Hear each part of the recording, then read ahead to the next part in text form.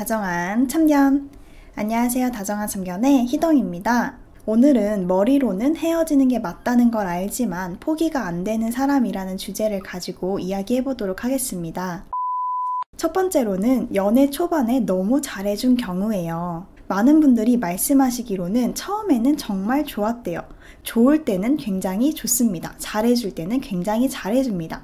이런 얘기를 많이들 말씀을 하세요. 그런데 이런 분들의 연애를 전반적으로 살펴보면은 헤어져야 하는 이유가 너무 명확히 보이는 거예요. 예를 들어서 이 사람은 나를 되게 가벼운 마음으로 만나는 것 같다든지, 나를 소중하게 생각하고 있는 것 같지 않다든지, 삶 속에서 나라는 사람이 우선순위가 굉장히 뒤쪽에 있다고 느껴진다든지, 이런 이유들로 인해서 누가 봐도 오래 가지 못할 사이라고 느껴지고 나 또한 그렇게 느껴지는 거죠. 하지만 앞에서 언급을 했던 것처럼 이 사람이 초반에는 너무 잘해줬고 또 잘해줄 때는 나한테 잘해주니까 이 생각을 가지고 자꾸 나 스스로 희망 고문을 하는 거예요. 그러니까 예를 들어서 내가 조금만 잘하면, 내가 조금만 기다리면 이 사람이 나한테 다시 잘해주지 않을까? 지금 이 사람이 조금 힘드니까 나한테 지금 못하는 거야. 조금 시간이 지나면 다시 나한테 이전처럼 잘해주지 않을까, 이런 생각을 계속 하게 되는 거예요. 그래서 실제로 저희랑 이야기를 하시던 분들 중에서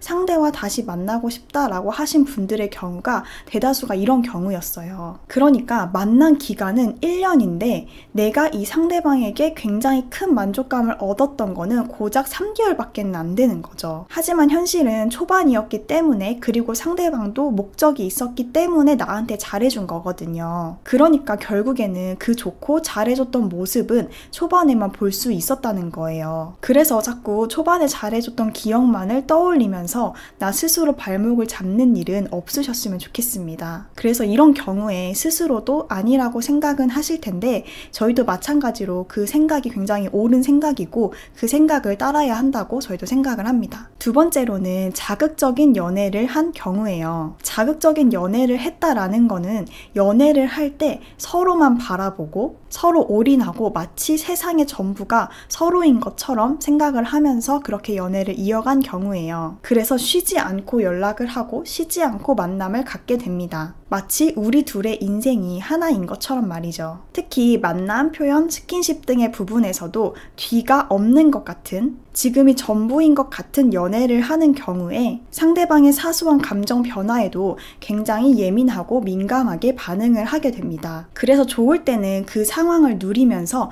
굉장히 큰 행복을 만들어 가면서 연애를 하지만 반대로 싸울 때도 그만큼 격하다는 거예요. 특히나 이전에 너무 착한 사람을 만났던지 좀 정적인 연애를 해왔다든지 아니면 너무 심심한 연애를 해오신 분들 같은 경우에는 좀 자극적인 상대를 만났을 때 그 상대에게 푹 빠지게 되는 것 같아요. 그래서 연애를 하다 보면 초반에는 너무 다른 연애 패턴에 당황하기도 하게 되는 것 같아요. 그리고 감정적이고 자극적인 만큼 싸울 때도 굉장히 표현이 격해지고 심하게는 데이트 폭력까지도 이어지게 되는 경우도 있거든요. 그래서 이런 부분들을 봤을 때 이 사람을 계속해서 만난다는 게 나한테 악영향을 끼칠 것 같기도 하고 어떻게 보면은 좀 위험할 수도 있겠다라는 생각이 들기도 하겠지만, 그럼에도 불구하고 다른 사람을 만났을 때 이 사람보다 더 좋지 않을 거다라고 생각을 하시는 거예요. 물론 다른 사람을 만난다면 이만큼 감정 소비를 하게 되지는 않겠다라고 생각을 하겠지만, 워낙 자극적이었기 때문에 다시 평범한 연애를 이어나간다는 것에 대해서 좀 자신이 없어지는 거죠. 그래서 이런 경우에는 어차피 헤어지게 될 거니까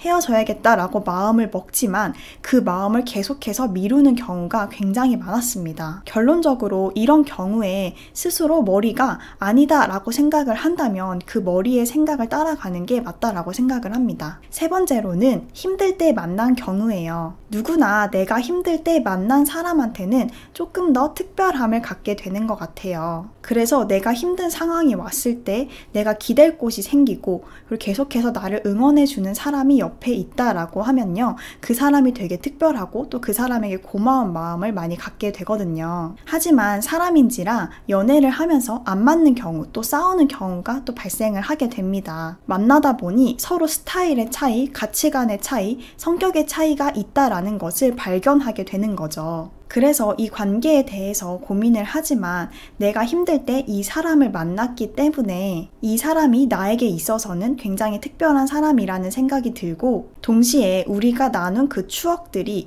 그 상황들이 더 특별하다라고 느껴지는 거예요. 그래서 이 사람과 헤어지는 상상만 해봐도 너무 힘들고 눈물도 막 나고 또 그 모습이 그려지지도 않는 거예요. 그렇게 또 현실로 돌아와서 이 사람과 만나다 보면은 또 안 맞는구나 이런 생각이 드는 동시에 또 헤어질 생각을 하니까 또 가슴이 너무 아픈 거예요. 그러니까 이런 상황들이 계속 반복이 되는 거예요. 그래서 그 사람이 나에게 특별한 사람이었든 그 상황 자체가 나에게 특별한 상황이었든지 그 특별함이라는 프레임을 갖고 있는 상황에서는 상대방에게 이별을 고할 때 더 미안하게 되는 것 같아요. 마지막 네 번째로는 집안의 반대입니다.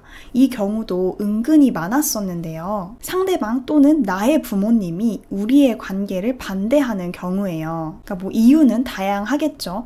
점을 봤는데 그 아이는 아니다 이렇게 말씀을 하시는 분들도 있었고, 나이 차이라든지 아니면 능력 차이라든지 또 집안의 격차라든지 또는 성격적으로 너무 소심하고 말이 없다 이런 이유들로 반대를 하는 거예요. 어쨌거나 이런 이유들로 인해서 이 연애의 끝이 보이는 거예요. 연애 그 이상의 상황으로 이어지기가 너무 어려운 거예요. 사실 이런 집안의 반대를 무릅쓰고 만나서 좀 성공적으로 이 관계를 이끌어 가시는 분들도 계시겠지만, 대부분은 처음 시작부터 축복받지 못하는 그런 환경에서 시작을 하게 되기 때문에 현실적으로는 우리 둘만 행복하면 되지 이런 마음을 갖기는 좀 어려운 것 같아요. 그래서 애초부터 자신감을 잃고 우리는 만나지 않는 게 맞는 것 같다 라고 생각을 하게 되는 거예요. 하지만 이런 경우는 다른 케이스들처럼 뭔가 둘만의 문제가 있다기보다 또 사랑이 식어서라기보다는 좀 상황적으로 안 맞는 부분이 있었기 때문에 더 마음이 아픈 사연인 것 같아요. 그리고 이런 경우에는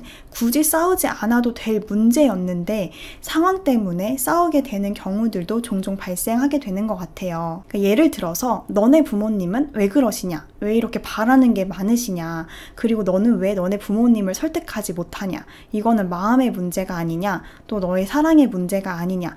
이런 문제들로 서로 예민한 상황에서 좀 크고 작은 문제로 싸우게 되는 것 같아요. 그래서 처음부터 문제가 많은 이 관계를 과연 이어가는 게 맞을까? 라는 생각이 드는 동시에 또 이 사람의 잘못이 아니기 때문에 이 관계를 쉽게 놓지는 못하는 것 같아요. 오늘도 시청해주셔서 감사드리고요. 지금까지 다정한 참견의 희덩이었습니다. 안녕.